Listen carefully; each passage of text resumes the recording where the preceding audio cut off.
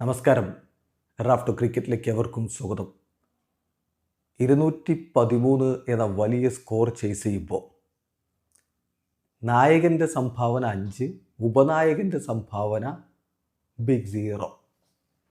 ഉത്തരവാദിത്തങ്ങൾ ഏറ്റെടുക്കാൻ മടിക്കുന്ന ഇത്തരത്തിലുള്ള ലീഡർഷിപ്പ് ഉണ്ടാകുമ്പോൾ ടീം ഇന്ത്യ ചരിത്രത്തിലെ ഏറ്റവും വലിയ തോൽവികളിൽ ഒന്ന് ഏറ്റുവാങ്ങിയതിൽ അത്ഭുതപ്പെടേണ്ടതില്ല.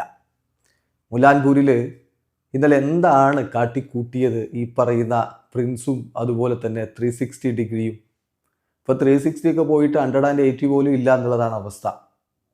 പ്രിൻസ് തുടരെ പരാജയപ്പെട്ടാലും പ്രിൻസ് തന്നെ തലപ്പത്ത് വരികയും ചെയ്യുന്നു.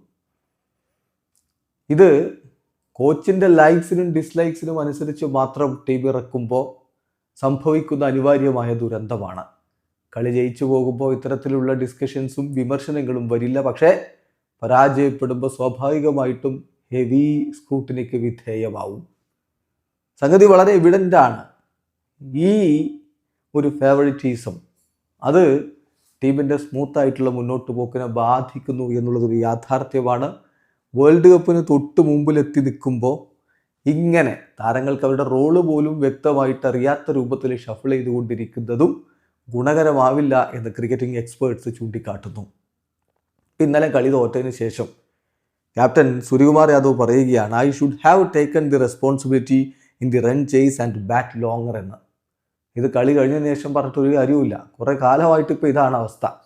പിന്നെ അദ്ദേഹം പറയുകയാണ്, ഞാൻ വിചാരിക്കുന്നത് ഞാനും ശുഭ്മൻ ഗില്ലും നല്ലൊരു സ്റ്റാർട്ട് ടീമിന് നൽകണമായിരുന്നു. കാരണം നമുക്ക് എല്ലായ്പ്പോഴും അഭിഷേക് ശർമ്മയെ റിലേ ചെയ്യാൻ പറ്റില്ലെന്ന്. I think myself and Shubman Gill we could have given A good start because we can relay on Abhishek Sharma all the time. അപ്പോൾ കാര്യങ്ങൾ അറിയായിട്ടല്ല, കളി കഴിഞ്ഞിട്ട് ഇതിങ്ങനെ മൊഴിഞ്ഞിട്ട് കാര്യമൊന്നുമില്ലല്ലോ. ഞാനും ശുഭ്മനും അതുപോലെ കുറച്ച് മറ്റ് ബാറ്റേഴ്സും ഈ കാര്യങ്ങളെ ഏറ്റെടുക്കണമായിരുന്നു. I should have taken the responsibility and bat deeper. അത് ശരി. അപ്പോൾ ആരെങ്കിലും പറഞ്ഞതായിരുന്നു നിങ്ങളോട് ഉത്തരവാദിത്തങ്ങൾ ഏറ്റെടുക്കേണ്ടതെന്ന്? ഏറ്റവും മോശമായിട്ടുള്ള രൂപത്തിലുള്ള പെർഫോമൻസ് സമീപകാലത്ത് നടത്തിക്കൊണ്ടിരിക്കുന്ന ഒരാൾ ഈ പറയുന്ന നായകനാണ്. അതുപോലെ തന്നെയാണ് ഉപനായകൻ്റെ അവസ്ഥ നമ്മൾ നോക്കുകയാണ്. ഉപനായകൻ കഴിഞ്ഞ 14 കളികൾ എന്ന് പറഞ്ഞാൽ 2025 T20 ഇന്നിങ്സുകളാണ് ഉപനായകൻ്റെ ഇന്നിങ്സ്.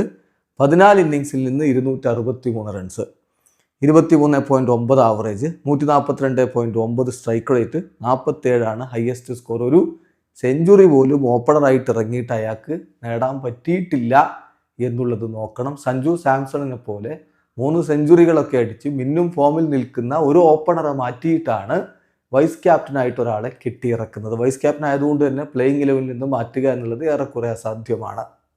പിന്നെ പ്രീ മാച്ച് പ്രസ് കോൺഫറൻസിൽ ക്യാപ്റ്റനും കോച്ചും ഒക്കെ പറയുകയല്ലേ, ഓപ്പണർ സ്പോട്ട് ഫിക്സഡ് ആണ്, ബാക്കിയുള്ള പൊസിഷനുകൾ ഇങ്ങനെ ഷഫിൾ ചെയ്തുകൊണ്ടിരിക്കും, ഫ്ലെക്സിബിലിറ്റി ആവശ്യമാണ് അല്ലേ.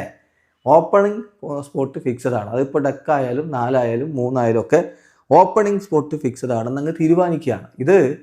ഇത് കോച്ചിൻ്റെ ലൈക്സിനും ഡിസ്ലൈക്സിനും അനുസരിച്ച് മാത്രം ടീം ഇറക്കുമ്പോൾ സംഭവിക്കുന്നതാണ്. ഇപ്പോൾ സൂര്യകുമാർ യാദവിൻ്റെ ഫോമും ഇങ്ങനെയൊക്കെ തന്നെയാണ്.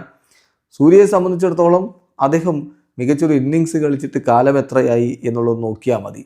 സൂര്യയുടെ പ്രകടനം കഴിഞ്ഞ 20 ഇന്നിങ്സുകൾ 227 റൺസാണ്, average 13.35, strike rate 120.1, highest score 47 not out. അതാ പറഞ്ഞാൽ ഇപ്പോൾ 360 ഒന്നുമില്ല, 180 എങ്കിലും ഉണ്ടായാൽ മതി. അതുപോലും ഇല്ലാത്ത അവസ്ഥയിലാണ് ഇപ്പോൾ നിൽക്കുന്നത് എന്നർത്ഥം. അപ്പോൾ ഇതിന് ഒരു മാറ്റവും ഇല്ലാതെ അങ്ങനെ തുടർന്നാൽ വേൾഡ് കപ്പ് ഇവിടെ തൊട്ടരികിലാണ്. ആ സമയത്താണ് ഇത് സംഭവിക്കുന്നത്. ഇപ്പോഴും താരങ്ങൾക്ക് കൃത്യമായിട്ട് അവരുടെ പൊസിഷൻ ഏതാണ്, റോൾ ഏതാണ് എന്നൊന്നും ഒരു വ്യക്തതയും ഇല്ലാതെ പോയിക്കൊണ്ടിരിക്കുകയാണ്. മാത്രമല്ല ഇത്തരത്തിലുള്ള ഫേവറിറ്റിസങ്ങൾ പ്രധാനപ്പെട്ട മത്സരങ്ങളിൽ പ്രധാനപ്പെട്ടവരായിട്ട് വരുന്നവർ മികച്ച പ്രകടനം നടത്താൻ കെൽപ്പില്ലാതെയാവുമ്പോൾ ടീം സ്ട്രഗിൾ ചെയ്യുന്നത് സ്വാഭാവികമാണ്. സഞ്ജു സാംസണെ പോലെയുള്ളൊരു കളിക്കാരൻ എന്തിൻ്റെ പേരിലാണ് പുറത്തിരിക്കുന്നത് എന്ന് അദ്ദേഹത്തിന് പോലും വ്യക്തതയില്ലാത്ത ഒരവസ്ഥയാണ്. ഇപ്പോൾ റോബിൻ ഉത്തപ്പ പറഞ്ഞിട്ടുള്ള ഒരു കാര്യം നമ്മൾ നോക്കുകയാണ്. അദ്ദേഹം പറയുന്നത് തീർച്ചയായിട്ടും ഇപ്പോൾ സഞ്ജുവിൻ്റെ കാര്യത്തിൽ നമ്മൾ മനസ്സിലാക്കേണ്ടത്, സൂര്യ പറഞ്ഞു പ്രീ മാച്ച് പ്രസ് കോൺഫറൻസ് പറഞ്ഞത് ഓർമ്മിപ്പിക്കുകയാണ്, Gill opened the batting before Sanju Samson. ശരിയാണത്. ദെൻ അദ്ദേഹത്തിന് വീണ്ടും ഓപ്പർച്യൂണിറ്റി കൊടുത്തു. പക്ഷേ അദ്ദേഹത്തിന് ഓപ്പർച്യൂണിറ്റി കൊടുക്കുമ്പോൾ സഞ്ജുവിന് ഓപ്പർച്യൂണിറ്റി കിട്ടിയപ്പോൾ എന്താ ചെയ്തത്? 3 സെഞ്ചുറികളാണ് ആ ബാറ്റിൽ നിന്ന് വന്നത്. അതാണ് സംഭവിക്കുന്നത്. അദ്ദേഹം നല്ല രൂപത്തിൽ കാര്യങ്ങൾ ചെയ്തു. അദ്ദേഹത്തിൻ്റെ ആവറേജ് നോക്കുമ്പോൾ second or third highest after Abhishek Sharma, അങ്ങനെയാണ് നിൽക്കുന്നത്. അപ്പം സ്വാഭാവികമായിട്ട് സഞ്ജു ചിന്തിക്കും, ഞാൻ എന്ത് തെറ്റാണ് ചെയ്തത് ടീമിലൊരു സ്പോട്ട് കിട്ടാതെ പുറത്താവാൻ എന്നുള്ളത് അദ്ദേഹം ചിന്തിക്കും. അപ്പോൾ ആ കമ്മ്യൂണിക്കേഷൻ സഞ്ജു സാംസണുമായിട്ട് ഇപ്പോഴും അലൈവ് ആണോ? എന്താണ് അദ്ദേഹത്തോട് പറഞ്ഞത് എന്ന് പറഞ്ഞാൽ, ഞങ്ങൾ ശുഭനെ കുറച്ച് മത്സരങ്ങളിൽ പരീക്ഷിക്കാൻ പോവുകയാണ്, if it doesn't work out you jump straight back in എന്നായിരിക്കുമോ പറഞ്ഞിട്ടുണ്ടാവുക? എന്തിനാണ് സഞ്ജുവിനെ ഇങ്ങനെ പുറത്തിരുത്തിയത് എന്നുള്ളതാണ് ചോദ്യം. അത് വളരെ ഇമ്പോർട്ടൻ്റ് ആണ്. അതോടൊപ്പം തന്നെ നമുക്കറിയാമല്ലോ ശുഭൻ ഗില്ലിൻ്റെ ബാറ്റിംഗ് രീതി, അദ്ദേഹം ഒന്ന് ക്രീസിൽ നിന്നതിന് ശേഷം അടിച്ച് കളിക്കാൻ കപ്പാസിറ്റിയുള്ള ആളാണ്.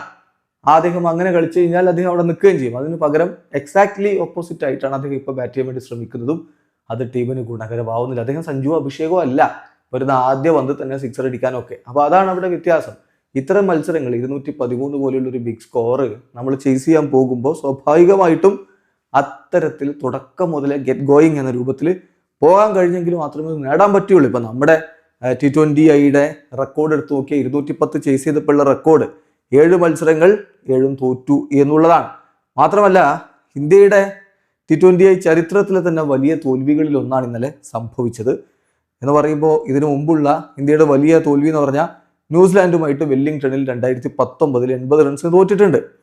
പിന്നെ രണ്ടാമത് വരുന്നത് ഇതാണ്, by runs biggest loss for India in men's T20I by runs നോക്കുമ്പോൾ രണ്ടാമത്തെ തോൽവിയാണിത്.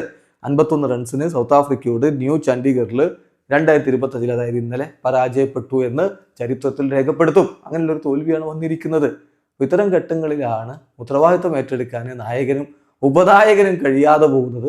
സഞ്ജുവിനെ പോലെ ഒരാളെ പുറത്തിരുത്തുന്നത് അവസാനിപ്പിക്കേണ്ട സമയമായിരിക്കുന്നു. അദ്ദേഹത്തെ പ്ലേയിങ് ലെവലിലേക്ക് തിരികെ കൊണ്ടുവരേണ്ട സമയമായിരിക്കുന്നു എന്നതാണ് യാഥാർത്ഥ്യം. നിങ്ങളുടെ അഭിപ്രായങ്ങൾ കമൻറ്റ് ബോക്സിൽ രേഖപ്പെടുത്തുക.